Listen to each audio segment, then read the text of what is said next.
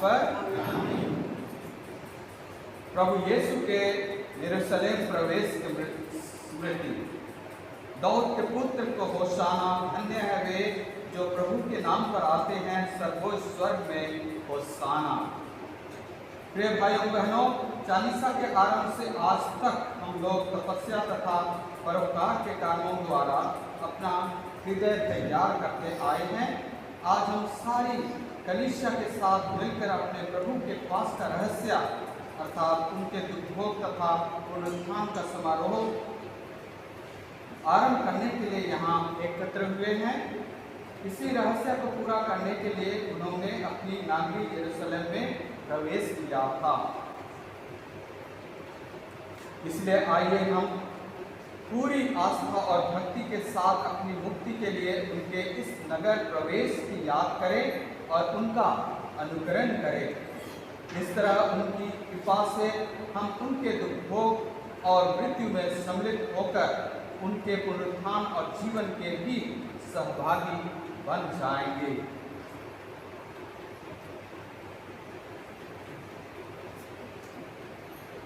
इसको बंद कर दीजिए, उधर जाने दीजिए।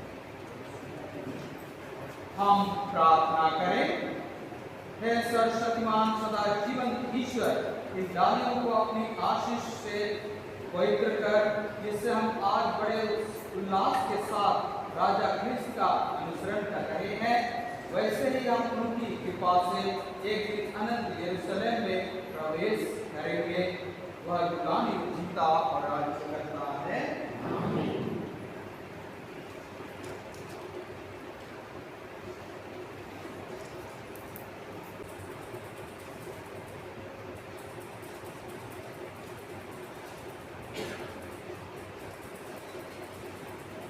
प्रभु आप लोगों के साथ हो। संत मरकुस के अनुसार पवित्र सुसमाचार। जब यीशु और उनके शिष्य यरूशलेम के निकट जैतून पहाड़ के समीप बेथफगे और बेथानिया पहुंचे, तो यीशु ने अपने दो शिष्यों को यह कहते हुए भेजा, सामने के गांव में जाओ, वहां पहुंचते ही तुम्हें बंधा हुआ एक बछड़ा मिलेगा जिस पर अब तक कोई सवार नहीं हुआ है, उसे खोलकर ले आओ। यदि कोई तुमसे कहे कि यह क्या कर रहे हो, तो कह देना प्रभु को इसकी जरूरत है, वह शीघ्र ही इसे वापस भेज देंगे। शिष्य चले गए और एक बछड़े को बाहर सड़क के किनारे एक फाटक पर बंधा हुआ पाकर उन्होंने उसे खोल दिया। वहां खड़े लोगों में से उसने कहा, यह क्या कर रहे हो, बछड़ा क्यों खोलते हो? यीशु ने जैसे बताया था, शिष्यों ने वैसा ही कहा और लोगों ने उन्हें जाने दिया। उन्होंने बछड़े को यीशु के पास ले आकर उस पर अपने कपड़े बिछा दिए और यीशु उस पर सवार हो गए। बहुत से लोगों ने अपने कपड़े रास्ते में बिछा दिए और कुछ लोगों ने खेतों से हरी भरी डालियां काट कर फैला दी। यीशु के आगे आगे जाते हुए और पीछे पीछे आते हुए लोग यह नारा लगा रहे थे, होशाना, धन्य है वे जो प्रभु के नाम पर आते हैं, धन्य है हमारे पिता दाऊद का आने वाला राज्य, सर्वोच्च स्वर्ग में होशाना।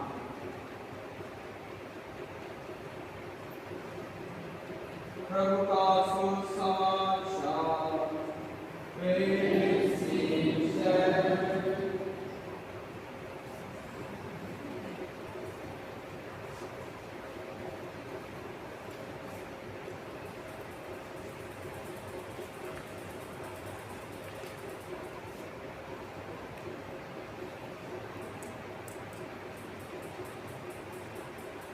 प्यारे भाइयों, आज का विश्व बलिदान निम्नलिखित मतलबों से अर्पित किया जाता है। मैरी और लूसी की आत्मा शांति हेतु मोनिका हेनरी की ओर से, विंसेंट पलकमल की आत्मा शांति हेतु मिसेस पॉलिन पलकमल और उनके परिवार की ओर से, जस्टिन कि आत्म शांति हेतु क्रिस्टीना जेकब की ओर से धन्यवाद के रूप में संत जोसेफ को चढ़ाते हुए क्रिस्टीना जेकब की ओर से धन्यवाद के रूप में संत जोसेफ को चढ़ाते हुए वीके पिल्ले और उनके परिवार की ओर से धन्यवाद के रूप में जेनिफर बोस और उनके परिवार की ओर से हम प्रार्थना करें। है सर्वशक्तिमान सदा जीवंत ईश्वर, तेरी इच्छा से हमारे मुक्तिदाता मनुष्य बने और क्रूस पर मरे ताकि मानव जाति को दीनता का आदर्श मिले। हम उनके दुख भोग से शिक्षा ग्रहण करें और उनके पुनरुत्थान के सहभागी बन जाएं। वह तेरे तथा पवित्र आत्मा के संग एक ईश्वर होकर युगानुयुग जीते राज्य करते हैं। दूर दूर बैठिएगा और मास्क पानी।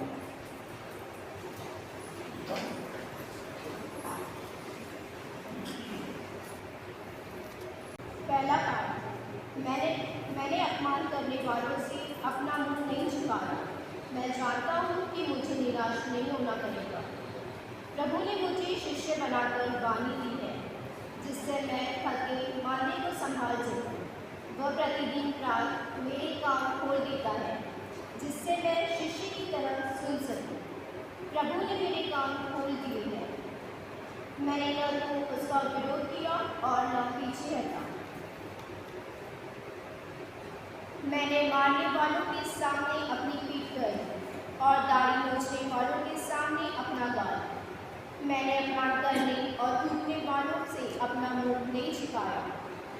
प्रभु मेरी सहायता करता है, इसलिए मैं अपमान से विचलित नहीं हुआ। मैंने अपना मुंह पत्थर की तरह कड़ा कर लिया। मैं जानता हूँ कि अंत में मुझे निराश नहीं होना पड़ेगा। यह प्रभु की वाणी है। भजन अनुवाक्य। हे मेरे ईश्वर, तूने मुझे क्यों छोड़ दिया?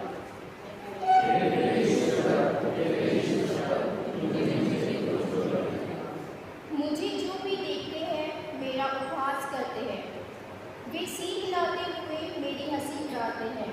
उसने प्रभु पर भरोसा रखा है, वही अब उसे बचाए। यदि वह उसे प्यार करता है तो वह उसे छुड़ाए। अनुवाक्य।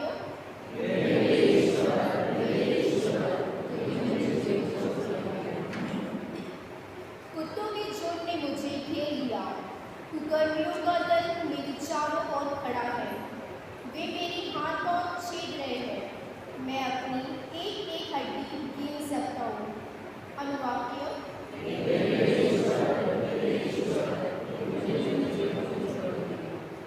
वे मेरे वस्त्र आपस में बांट लेते हैं और मेरे कुर्ते पर चिट्ठी डालते हैं। हे प्रभु, तू मेरे पास रह जा। तू मेरा बल है, मेरी सहायता कर। अनुवाक्य।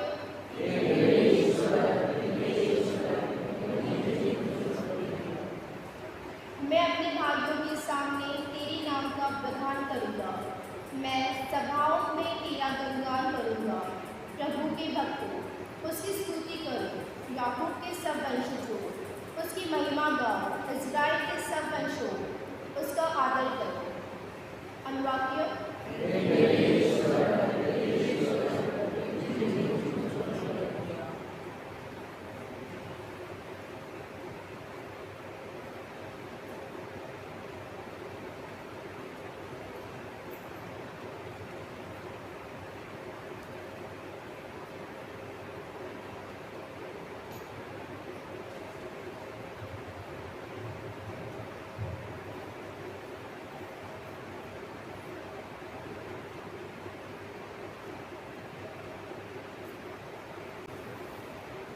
दूसरा फिलिपियों के नाम संत पौलुस का। उन्होंने अपने को दीनहीन बना लिया है, इसलिए ईश्वर ने उन्हें महान बना दिया है। यद्यपि यीशु मसीह ईश्वर थे और उसका पूरा अधिकार था कि वह ईश्वर की बराबरी करें, फिर भी उन्होंने दास का रूप धारण कर तथा मनुष्यों के समान बनकर अपने को दीनहीन बना लिया है और मनुष्य का रूप धारण करने के बाद वह मरण तक, हाँ क्रूस के मरण तक आज्ञाकारी बन गए और इस प्रकार उन्होंने अपने को और भी दीन बना लिया है। इसलिए ईश्वर ने उन्हें महान बना दिया है और उनको वह नाम प्रदान किया है जो सब नामों में श्रेष्ठ है, जिससे यीशु का नाम सुनकर आकाश, पृथ्वी और पाताल के सब निवासी घुटने टेके तथा पिता की महिमा के लिए सब लोग यह स्वीकार करें कि यीशु मसीह प्रभु है। प्रभु की वाणी। जय घोष। मसीह हमारे लिए मरण तक, हाँ क्रूस के मरण तक आज्ञाकारी बन गए, इसलिए ईश्वर ने उन्हें महान बना दिया और उनको वह नाम प्रदान किया है जो सब नामों में श्रेष्ठ है। प्रभु आप लोगों के साथ हो।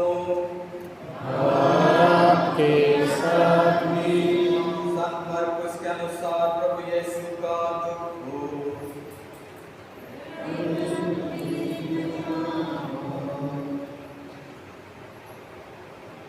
पास्का तथा देखवी रोटी के पर्व में 2 दिन रह गए थे। महायाजक और शास्त्री यीशु को छल से गिरफ्तार करने और मरवा डालने का उपाय ढूंढ रहे थे। फिर भी वे कहते थे, पर्व के दिनों में नहीं, कहीं ऐसा न हो कि जनता में हंगामा हो जाए। जब वे बेथानिया में सिमोन कोढ़ी के यहाँ भोजन कर रहे थे तो एक महिला संगमरमर के पात्र में असली जटामांसी का बहुमूल्य इत्र लेकर आई। उसने पात्र तोड़कर इत्र यीशु के सिर पर उड़ेल दिया। इस पर कुछ लोग झुंझलाकर आपस में कहने लगे, इत्र का यह अपव्यय क्यों? यह इत्र 300 दिनार से अधिक में बिक सकता था और इसकी कीमत गरीबों में बांटी जा सकती थी।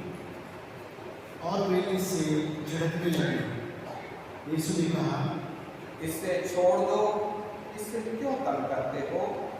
इसने मेरे लिए भला काम किया।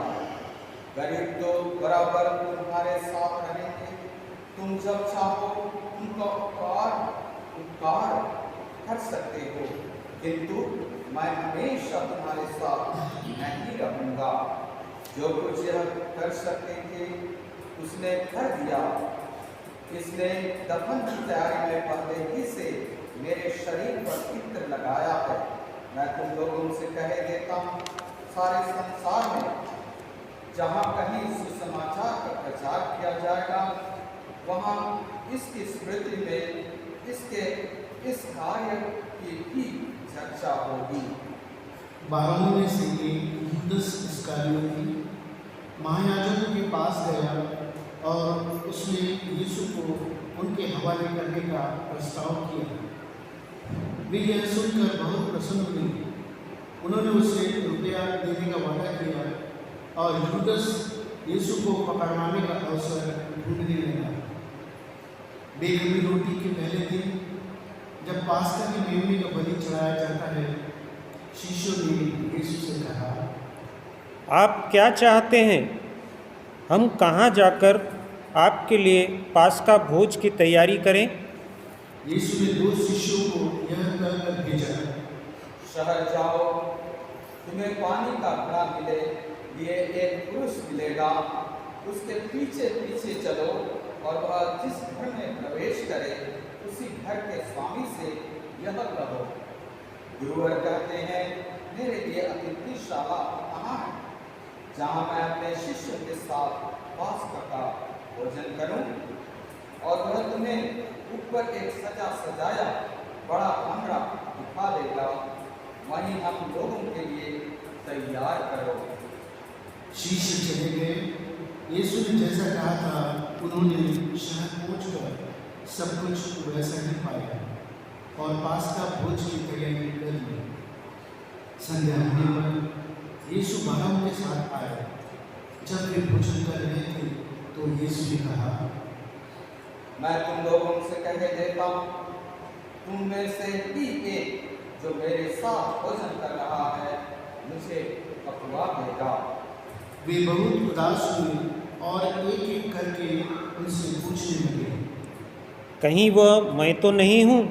यीशु ने उत्तर दिया, वह 12 में से एक है और मेरे साथ थाली में खा रहा है। मानव पुत्र तो चला जाता है जैसा कि उसके विषय में लिखा है, परंतु धिक्कार उस मनुष्य को जो मानव पुत्र को पकवाता है।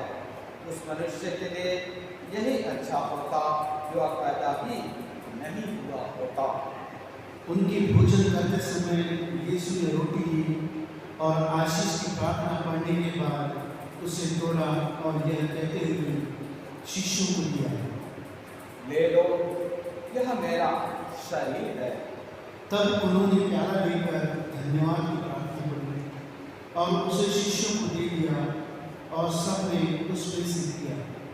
यीशु ने उनसे कहा, यह मेरा रक्त है, विधान का रक्त, जो बहुतों के लिए बहाया जा रहा है।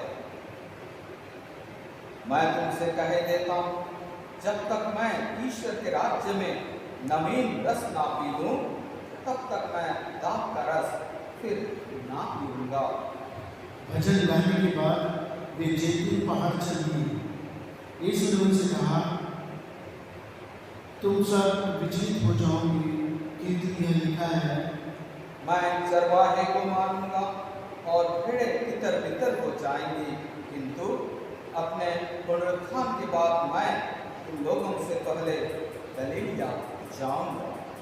इस पर पेतरुस ने कहा, चाहे सभी विचलित हो जाएं, किंतु मैं विचलित नहीं होऊंगा। यीशु ने उत्तर दिया, मैं तुमसे कह देता हूँ, आज इसी रात को मुर्गे के 2 बार बांग देने से पहले ही तुम मुझे 3 बार अस्वीकार करोगे। किंतु वह और भी जोर से कहता जाता था, मुझे आपके साथ चाहे मरना ही क्यों न पड़े, मैं आपको कभी अस्वीकार नहीं करूँगा। और सब शिष्य यही कहते थे। वे गेत्सेमनी नामक बारी में पहुंचे। यीशु ने अपने शिष्यों से कहा, तुम लोग यहाँ बैठे रहो, मैं तब तक प्रार्थना करूंगा। वह पेतरुस, याकूब और यूहन्ना को अपने साथ ले गया। वह भयभीत था तथा याकूब रोने लगे और उनसे बोले, मेरी आत्मा इतनी उदास है कि मैं मरने को हूँ। यहाँ ठहर जाओ और जागते रहो। वह कुछ आगे बढ़कर मुंह के बल गिर पड़े और यह प्रार्थना करने लगे, यदि हो सके यह घड़ी उनसे टल जाए। उन्होंने कहा, मेरे पिता, मेरे लिए सब कुछ संभव है, यह प्याला मुझसे हटा दो, फिर भी मेरी नहीं बल्कि तेरी ही इच्छा पूरी हो। तब वह अपने शिष्य के पास गए और उन्हें सोता देखकर पेतरुस से बोले, सिमोन, सोते हो? क्या तुम घंटे भर भी मेरे साथ नहीं जाग सके? जागते रहो और प्रार्थना करते रहो, जिससे तुम परीक्षा में ना पड़ जाओ। आत्मा तो तत्पर है, परंतु शरीर दुर्बल है। और उन्होंने फिर जाकर उन्हीं शब्दों को दोहराते हुए प्रार्थना की। लौटने पर उन्होंने अपने शिष्यों को फिर सोया हुआ पाया, क्योंकि उनकी आंखें भारी थी। वे नहीं जानते थे कि हम क्या उत्तर दें। यीशु जब तीसरी बार अपने शिष्यों के पास आए तो उन्होंने उनसे कहा, अब तक सोते हो, अब तक आराम कर रहे हो, बस वह घड़ी आ गई है। देखो, मानव पुत्र पापियों के हवाले कर दिया जाएगा। उठो, हम चले, मेरा विश्वासघाती निकट आ गया है। यीशु यह कह ही रहे थे कि 12 में से एक यूदस आ गया। उसके साथ तलवारें और लाठियों की एक बड़ी भीड़ थी, जिसे महायाजकों, शास्त्रियों और नेताओं ने भेजा था। विश्वासघाती ने उन्हें लहंगा कर संकेत दिया था, मैं जिसका चुंबन करूँगा वही है, उसी को पकड़ लेना और सावधानी से ले जाना। उसने सीधे यीशु के पास आकर कहा गुरुवर, और उसने उसका चुंबन किया। तब लोगों ने यीशु को पकड़कर गिरफ्तार कर लिया। इस पर यीशु के साथियों में से एक ने अपनी तलवार खींच ली और प्रधान याजक की नौकर पर चलाकर उसका कान उड़ा दिया। यीशु ने भीड़ से कहा, क्या तुम लोग मुझे डाकू समझते हो, जो तलवारें और लाठियां लेकर मुझे पकड़वाने आए हो? मैं तो प्रतिदिन तुम्हारे सामने मंदिर में शिक्षा दिया करता था, फिर भी तुमने मुझे गिरफ्तार नहीं किया। यह इसलिए हो रहा है कि धर्म ग्रंथ में जो लिखा है वह पूरा हो जाए। तब सभी शिष्य यीशु को छोड़कर भाग गए।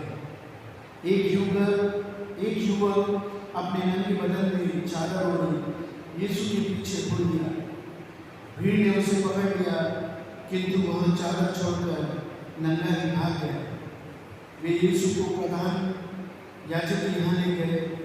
सभी महायाजक, नेता और शास्त्री इकट्ठे हो गए थे। पेतरुस कुछ दूरी पर यीशु के पीछे पीछे चला। वह प्रधान याजक के महल पहुंचकर अंदर गया और नौकरों के साथ बैठा हुआ आग तापने लगा। महायाजक और सारी महासभा यीशु को मरवा डालने के उद्देश्य से उनके विरुद्ध झूठी खबर खोज रही थी, परंतु वह मिली नहीं। बहुत से लोगों ने तो उन्हें विरुद्ध झूठी गवाही दी, किंतु उनके बयान मेल नहीं खाते थे। तब कुछ लोग उठ खड़े हुए और उन्होंने न्याय कर उनके विरुद्ध झूठी गवाही दी। हमने इस व्यक्ति को यह कहते सुना, मैं हाथ का बनाया हुआ यह मंदिर ढा दूंगा और 3 दिनों के अंदर एक दूसरा खड़ा करूंगा जो हाथ का बनाया हुआ नहीं होगा। किंतु इसके विषय में भी उनके बयान मेल नहीं खाते थे।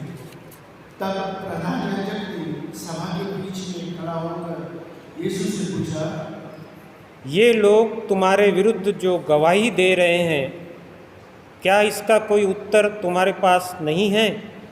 परंतु यीशु मौन रहे और उत्तर में एक शब्द भी नहीं बोले। इसके बाद प्रधान याजक ने यीशु से पूछा, क्या तुम मसीह परम तुल्य के पुत्र हो? यीशु ने उत्तर दिया, मैं वही हूँ।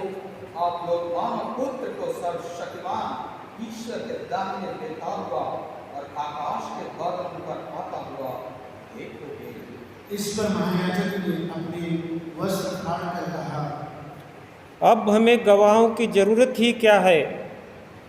आप लोगों ने तो इस निंदा सुनी है।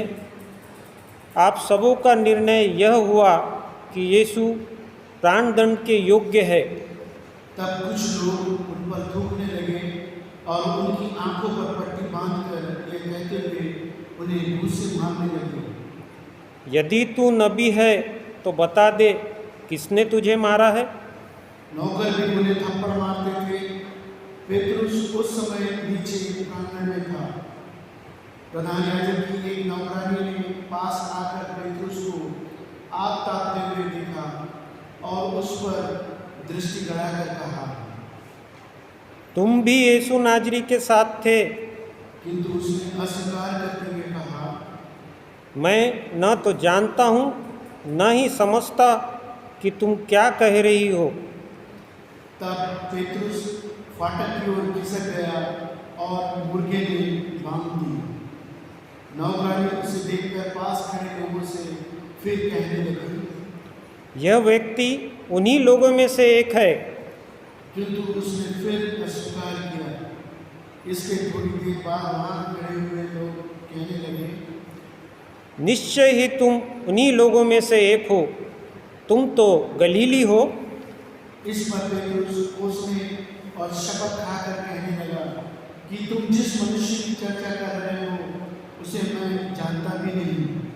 ठीक उसी समय उनके लिए दूसरी बांग दी और पेतरुस को यीशु का यह कहना याद आया, मुर्गे के 2 बार बांग देने के पहले ही तुम मुझे 3 बार अस्वीकार करोगे। और वह फूट फूट कर रोने लगा। दिन निकलते ही महायाजकों, नेताओं और शास्त्रियों अर्थात समस्त महासभा ने परामर्श किया। इसके बाद उन्होंने यीशु को बांधा और उन्हें ले जाकर पिलातुस के हवाले कर दिया। पिलातुस ने यीशु से यह पूछा, क्या तुम यहूदियों के राजा हो? यीशु ने उत्तर दिया, यह आप ठीक कहते हैं। तब महायाजक उन पर बहुत अभियोग लगाने लगे। पिलातुस ने फिर यीशु से पूछा, देखो वे तुम पर कितने अभियोग लगा रहे हैं, क्या इनका कोई उत्तर तुम्हारे पास नहीं है? फिर भी यीशु ने उत्तर में एक शब्द भी नहीं कहा। इससे पिलातुस को बहुत आश्चर्य हुआ। पर्व के अवसर पर राज्यपाल लोगों की इच्छा अनुसार एक बंदी को रिहा किया करता था। उस समय बराबस नामक व्यक्ति कैदखाने में था। वह उन विद्रोहियों के साथ गिरफ्तार हुआ था जिन्होंने राजद्रोह के समय हत्या की थी। जब भीड़ आकर राज्यपाल से निवेदन करने लगी कि आप जैसा करते आए हैं वैसा ही हमारे लिए करें, तो पिलातुस ने उनसे कहा, क्या तुम लोग चाहते हो कि मैं तुम्हारे लिए यहूदियों के राजा को रिहा कर दूं? वह जानता था कि महायाजकों ने ईर्ष्या से यीशु को पकड़वाया है, कि महायाजकों ने लोगों को मारा कि वे बराबस की न्याय की मांग करें। पिलातुस ने फिर भीड़ से पूछा, तो मैं उस मनुष्य का क्या करूं जिसे तुम यहूदियों का राजा कहते हो? लोगों ने उत्तर दिया, उसे क्रूस दिया जाए। पिलातुस ने कहा। क्यों? उसने क्या अपराध किया? फिर वे और भी जोर से चिल्लाने लगे। उसे क्रूस दिया जाए। तब पिलातुस ने भीड़ की मांग पूरी करने का निश्चय किया। उसने उसके लिए बराबस को मुक्त कर दिया और यीशु को कोड़े लगवाकर क्रूस पर चढ़ाने के लिए सिपाहियों के हवाले कर दिया। इसके बाद सैनिकों ने यीशु को राज्यपाल के भवन के अंदर ले जाकर उनके पास भारी पलटन एकत्र कर दी। उन्होंने यीशु को लाल चोगा पहनाया और कांटों का मुकुट कूटकर उनके सिर पर रख दिया। तब यह कहकर उसका अभिवादन करने लगे, यहूदियों के राजा प्रणाम। जो उनके सिर पर सरकंडा मारते थे, उन पर थूकते और उनके सामने घुटने टेकते हुए उन्हें प्रणाम करते थे। उसका उपवास करने के बाद उन्होंने चोगा उतारकर उन्हें उसके निजी कपड़े पहना दिए। वे यीशु को क्रूस पर चढ़ाने के लिए शहर के बाहर ले चले। उन्होंने किले निवासी सिमोन, सिकंदर और रूफस के पिता को, जो खेत से लौट रहा था, यीशु का क्रूस उठाने के लिए वादे किया। वे यीशु को गोलगोथा अर्थात खोपड़ी की जगह ले गए। वहाँ लोग यीशु को पित्त मिली अंगूर पिलाना चाहते थे, किंतु उन्होंने उसे अस्वीकार किया। उन्होंने यीशु को क्रूस पर चढ़ाया और किसे क्या मिले इसके लिए चिट्ठी डालकर उसके कपड़े बांट दिए। जब उन्होंने यीशु को क्रूस पर चढ़ाया उस समय पहला पहर बीत चुका था। दोषपत्र इस प्रकार था, यहूदियों के राजा।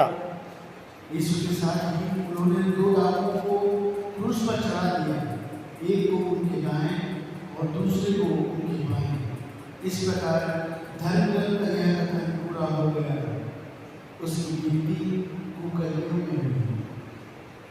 उधर से आने जाने वाले लोग यीशु की निंदा करते और सिर हिलाते हुए कहते थे, हे मंदिर के ढाने वाले और 3 दिनों के अंदर उसे फिर से बना देने वाले, क्रूस से उतरकर अपने को बचा।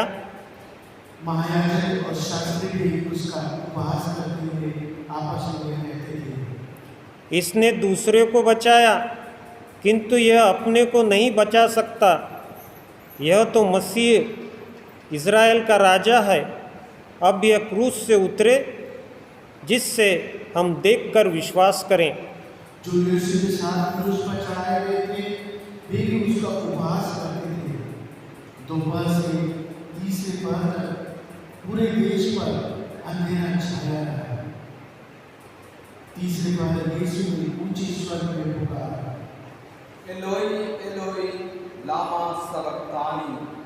इसका अर्थ है, मेरे ईश्वर तूने मुझे क्यों प्यार किया। यह सुनकर पास खड़े लोगों में से कुछ ने कहा, देखो, यह एलियास को बुला रहा है। उनमें से एक ने दौड़कर पनसों खट्टे अंगूर में डुबाया, सरकटे में लगाया और यह कहकर यीशु को पीने दिया, रहने दो, देख लें कि एलियास इसे उतारने आता है या नहीं। तब यीशु ने ऊंचे स्वर में पुकारकर प्राण त्याग दिए।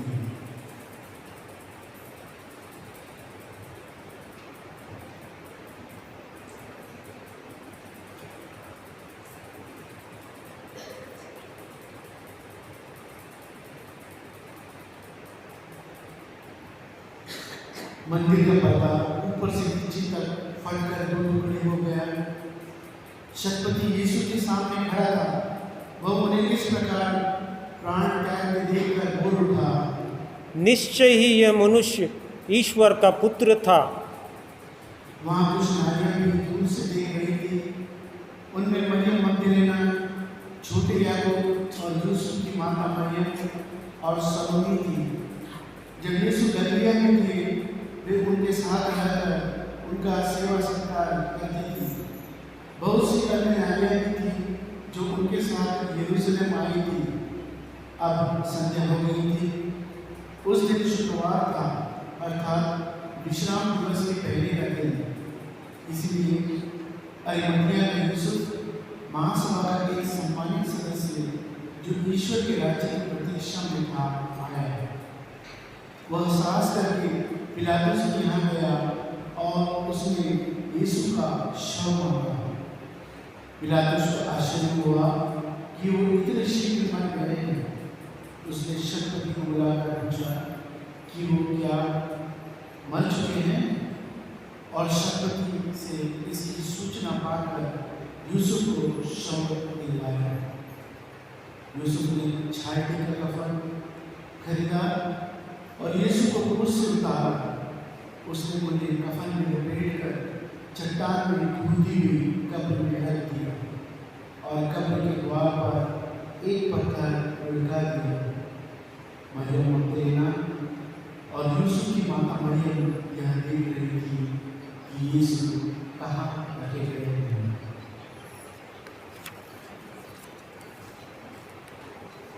प्रभु का सुसमाचार।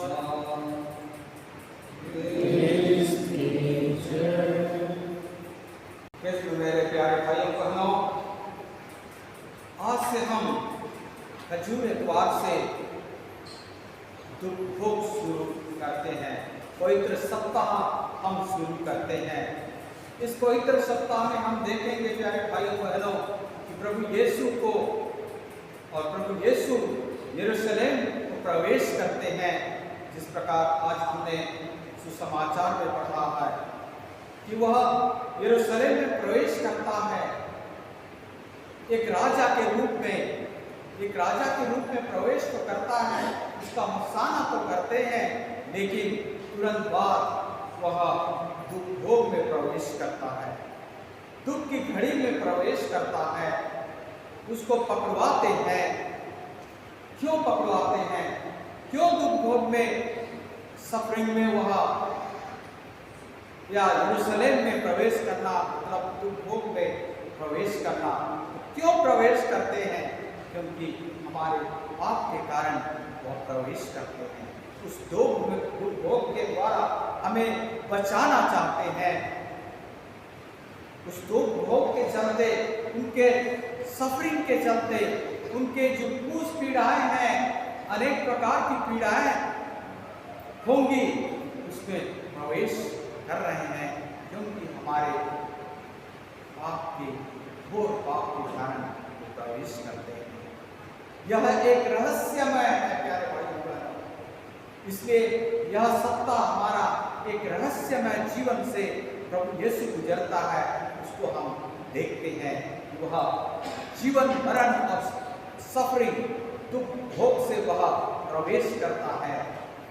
वह दुख भोग को वह ऐसे ही खत्म करना चाहता था, इसलिए उन्होंने कहा कि हे पिता, अगर यह 40 साल या 40 कहने का मतलब या दुख भोग, यह सफरिंग मुझसे हटा दो, लेकिन कहा यह मेरी इच्छा नहीं, आप इच्छा पूर्ण हो।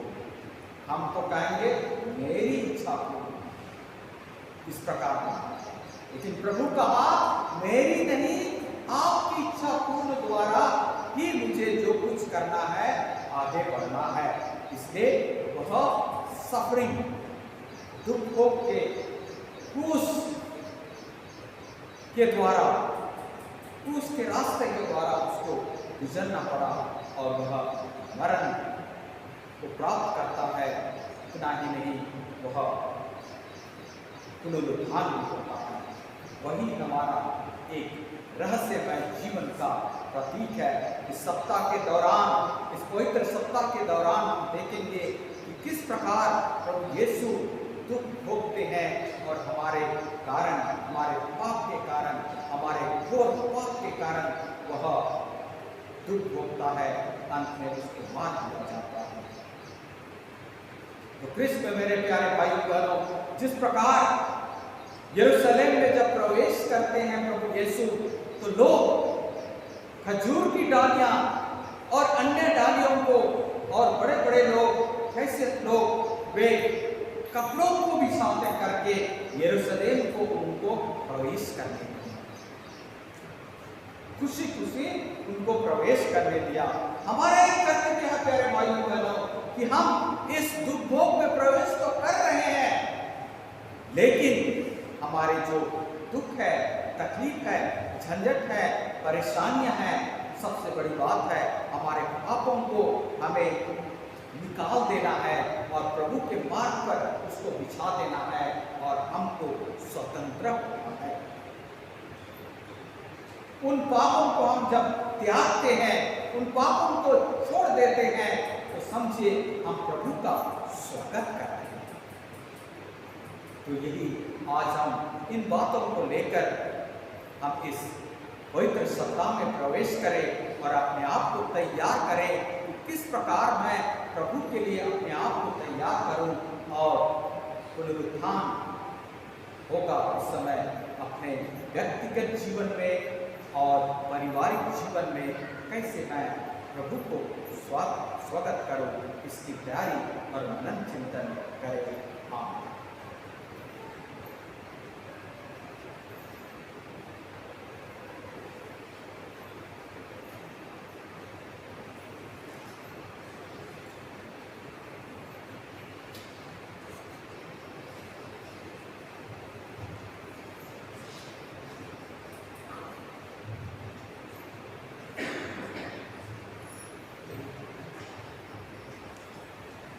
आइए हम खड़े होकर अपना विश्वास ईश्वर में प्रकट करें।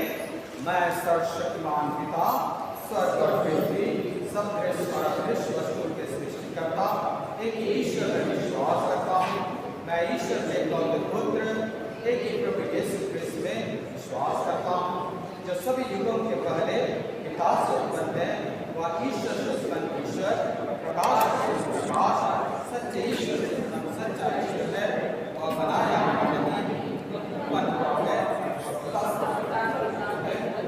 उसी के द्वारा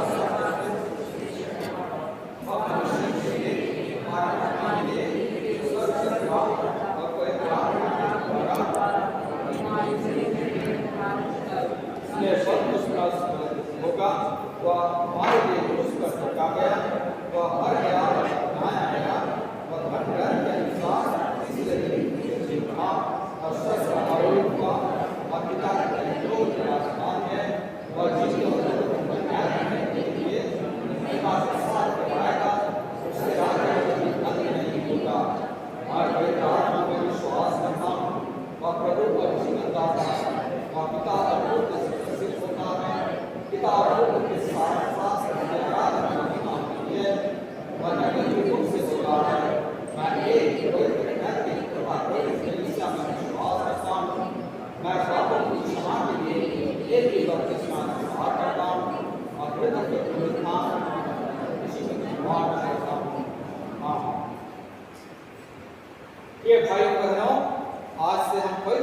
काल में प्रवेश कर चुके हैं। खजूर द्वार या दुर्भोग द्वार प्रभु यीशु के दुर्भोग का स्मरण करने का द्वार है। अतः प्रभु यीशु के दुर्भोग, मरण एवं पुनरुत्थान की घटनाओं पर मनन चिंतन कर उचित फल प्राप्त कर सके, जिसके लिए और अपनी अन्य जरूरतों के लिए पिता से प्रार्थना करे और कहे, हे पिता हमारी प्रार्थना सुन।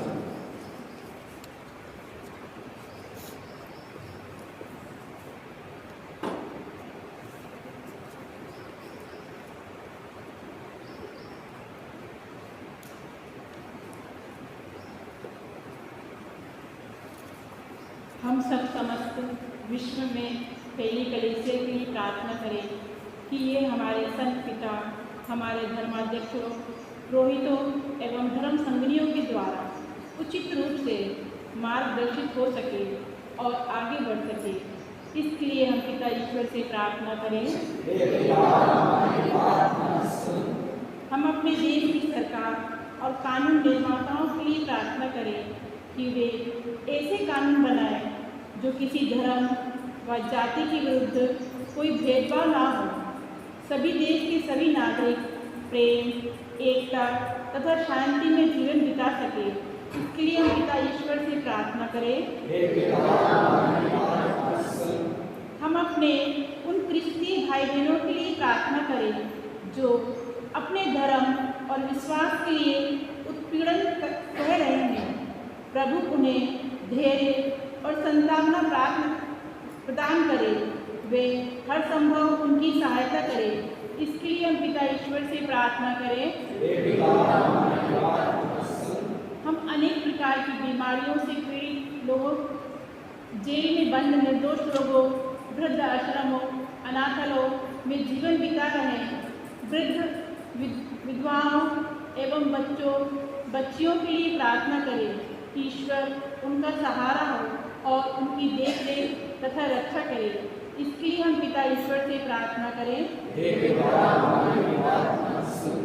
हम अपने सभी मृतक भाई बहनों के लिए प्रार्थना करें कि वे यीशु ख्रिस्त के साथ पुनर्जीवित होकर स्वर्ग की महिमा में प्रवेश कर सके और अनंत शांति का अनुभव कर सके। इसके लिए हम प्रार्थना करें।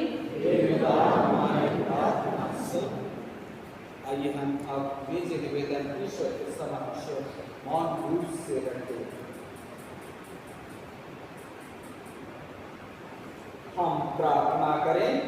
हे सर्वशक्तिमान पिता ईश्वर, जैसा कि हम तेरे पुत्र यीशु के दुर्भोग, मरण, पुनरुत्थान का चिंतन कर रहे हैं, तू हमें अपनी विशेष कृपा और आशीर्वाद प्रदान कर, जिससे कि हम सदा तेरी बड़ाई और प्रशंसा कर सके और हमारा जीवन प्रेम और आनंद से परिपूर्ण हो जाए।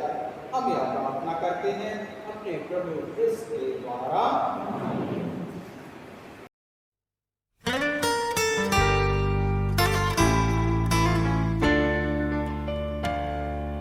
Blessed are you, Lord, God of all creation.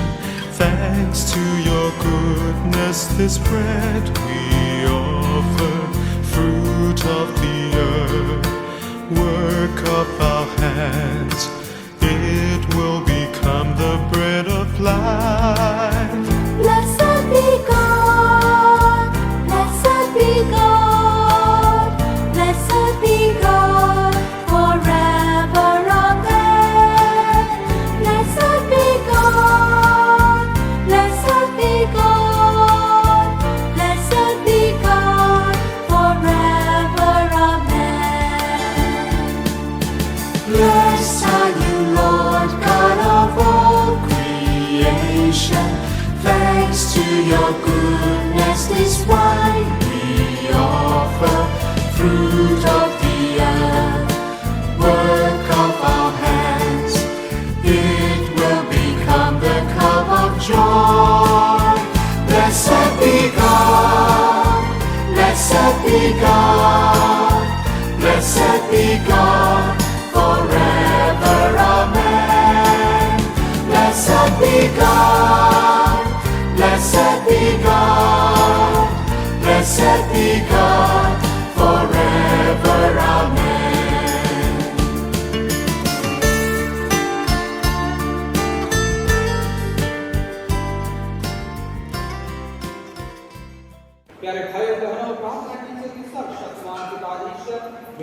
और आप लोगों का यह वर्तन करें। प्रभु अपने नाम की स्तुति मांगे हमारे ईश्वर का लिए हमारे हाथ से काम करे। हे प्रभु, अपने इकलौते पुत्र के दुखों के फलस्वरूप तू हमसे शीघ्र ही प्रसन्न होने की कृपा कर। हम अपने पुण्य कर्मों से तुझे प्रसन्न नहीं कर सकते, इसलिए हम एक एकल बलि द्वारा हमें अपनी दया और क्षमा प्रदान कर हमारे प्रभु क्रिस्त के द्वारा। प्रभु आप लोगों के साथ हो, प्रभु में मन लगाइए। हम अपने प्रभु ईश्वर को धन्यवाद दें। हे पूज्य प्रभु, हे पवित्र पिता, सर्वशक्तिमान और शासक ईश्वर, यह वास्तव में उचित और न्यायसंगत है। हमारा कर्तव्य तथा कल्याण है कि हम सदा और सर्वत्र अपने प्रभु क्रिस्त के द्वारा तुझे धन्यवाद दें। निर्दोष होने पर भी उन्होंने मनुष्य के पापियों के लिए स्वेच्छा से दुख होगा और अपराधियों के लिए अन्यायपूर्ण दंड, मृत्यु दंड स्वीकार किया। अपने मृत्यु द्वारा उन्होंने हमारे अपराध मिटा दिए और अपने पुनरुत्थान द्वारा हमें फिर से धर्मी बना दिया। इसलिए सभी स्वर्गदूतों के साथ मिलकर हम बड़े समारोह के साथ तेरा गुणगान करते हुए एक स्वर से कहते हैं।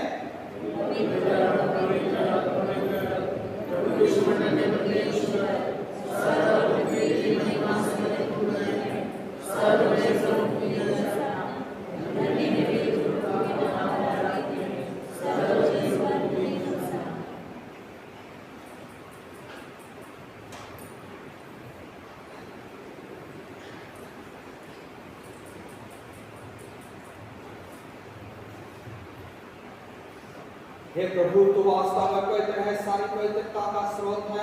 हम तुझसे निवेदन करते हैं कि तू पहाड़ों को अपने आत्मा के संस्पर्श से पवित्र कर दे। ये हमारे प्रभु यीशु क्रिस्त का शरीर तथा रक्त बन जाए। जब वे स्वेच्छासन मृत्यु के लिए सौंपे गए, उन्होंने रोटी ली, मुझे धन्यवाद दिया, रोटी तोड़कर उससे अपने शिष्यों को देते हुए कहा, तुम सब इसे लो और इसमें से खाओ, क्योंकि यह मेरा शरीर है जो तुम्हारे लिए बलि चढ़ाया जाए।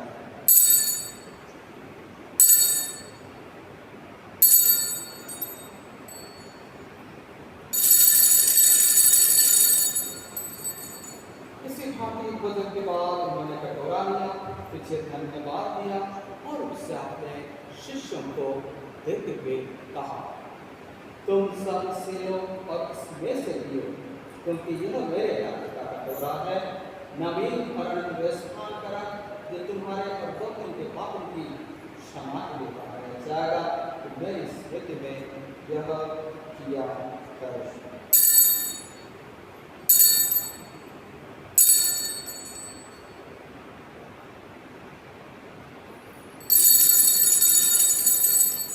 यह हमारे विश्वास का रहस्य, हे विश्व के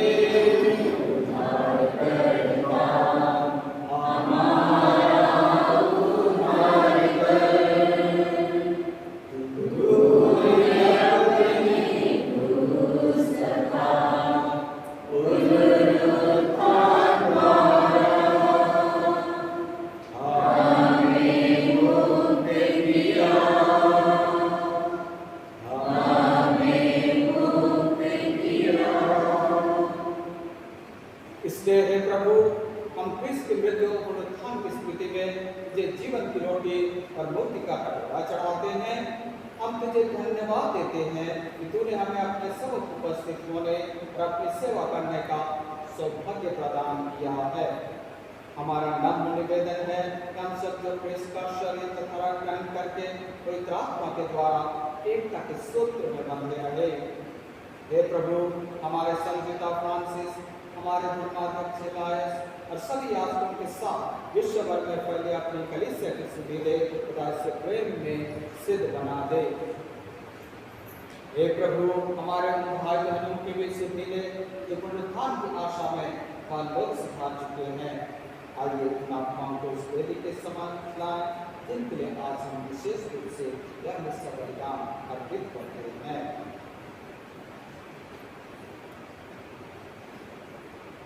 उन्हें अब सभी मृतकों को अपने पुण्य दर्शन का सौभाग्य प्रदान कर हम सब अनंत जीवन के सहभागी बने। शक्ति माता धन्य कुमारी मरियम, उनके बाद धन्य योसेफ, धन्य प्रेरितों तथा सभी संतों के साथ विशेषकर संत एंटनी फ्रांसिस डिसेल के युग युग में तेरे प्रति विश्वस्त बने रहे, तेरी स्तुति और महिमा कर सके। तेरे पुत्र यीशु क्रिस्त के द्वारा।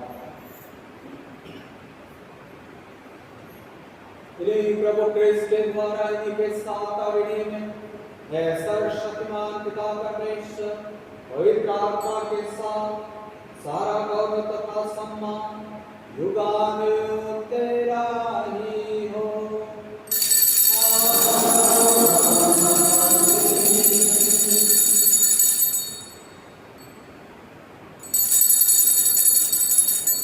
आइए प्यारे भाई बहनों में प्रार्थना परेशानी हर प्रकार के दुखों को हम प्रभु को समर्पित करते हुए वही प्रार्थना दोहराएं जैसे प्रभु ने हमें सिखाए हैं।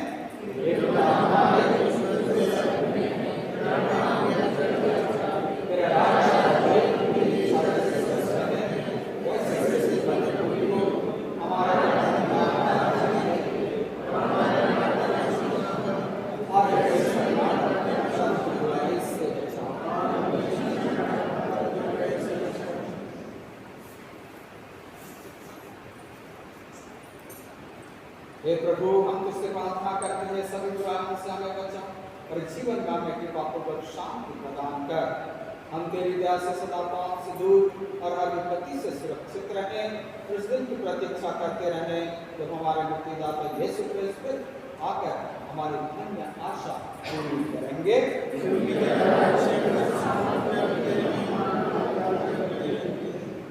हे प्रभु यीशु क्रिस्त, तूने अपने प्रेरितों से कहा है, मैं तुम्हारे लिए शांति छोड़ जाता हूँ, अपनी शांति तुम्हें प्रदान करता हूँ। तो हमारे पापों पर नहीं, अपनी कलीसिया के विश्वास को दृष्टि डाल, अपनी पापों पर शांति तथा एकता प्रदान कर युगानुयुग जीता राज्य करता है। प्रभु की शांति सदा के साथ रहे। परस्पर प्रेम भाव के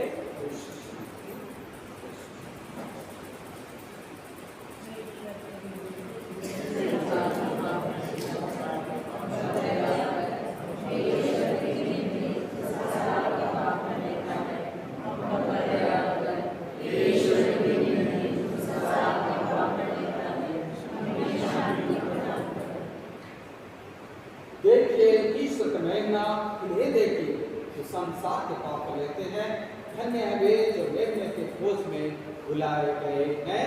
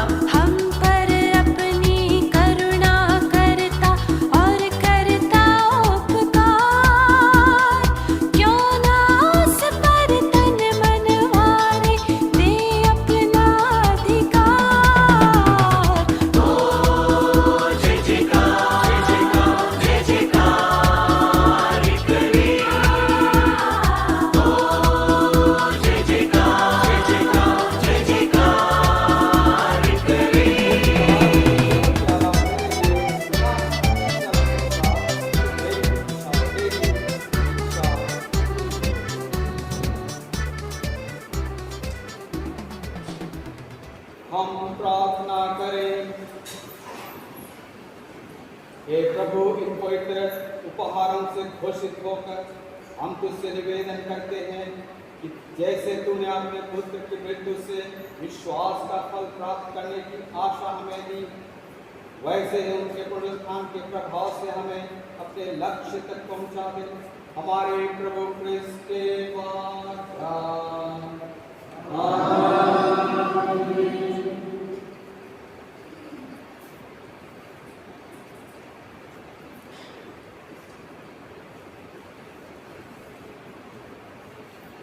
स्वर्ग और पृथ्वी और जो कुछ उसमें स्थित है, हे सृष्टिकर्ता, हे प्यारे बेटे, हमारे मन को खोल और हृदय को स्वस्थ कर कि हम तेरे वरदान इस सृष्टि का एक विभिन्न भाग बन जाए।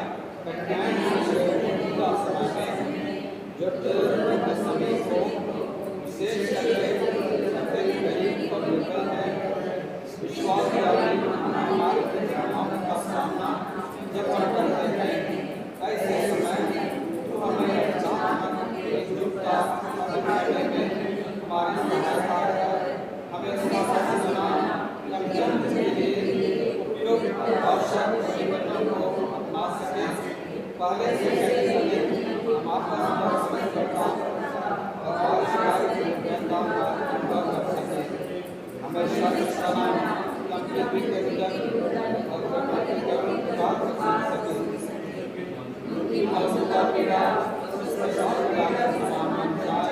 जिसके द्वारा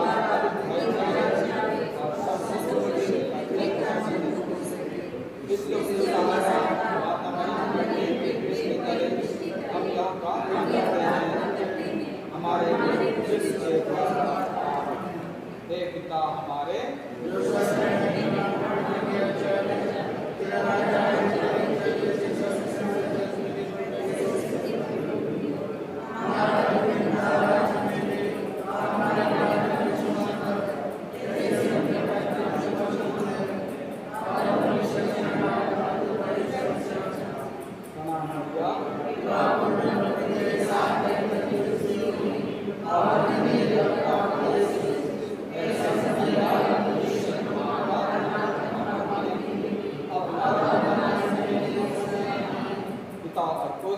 आत्मा की बड़ाई होवे।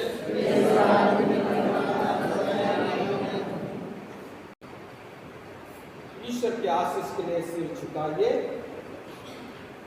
हे प्रभु, अपने इस परिवार की सुधीले जिसके लिए हमारे प्रभु यीशु क्रिस्त शत्रुओं के हवाले किए जाने और क्रूस की यात्रा सहने से नहीं, इसलिए हम यह प्रार्थना करते हैं उन्हीं हमारे प्रभु क्रिस्त के द्वारा। प्रभु आप लोगों के साथ हो। सर्वशक्तिमान परमेश्वर पिता और पुत्र और पवित्र आत्मा आप सबको आशीर्वाद प्रदान करें। आप लोग गाने उनकी शांति साथ रहे। बोलो जय मिलकर जय, बोलो जय यीशु की जय, बोलो जय मिलकर जय, बोलो जय यीशु की जय, बोलो जय जय जय।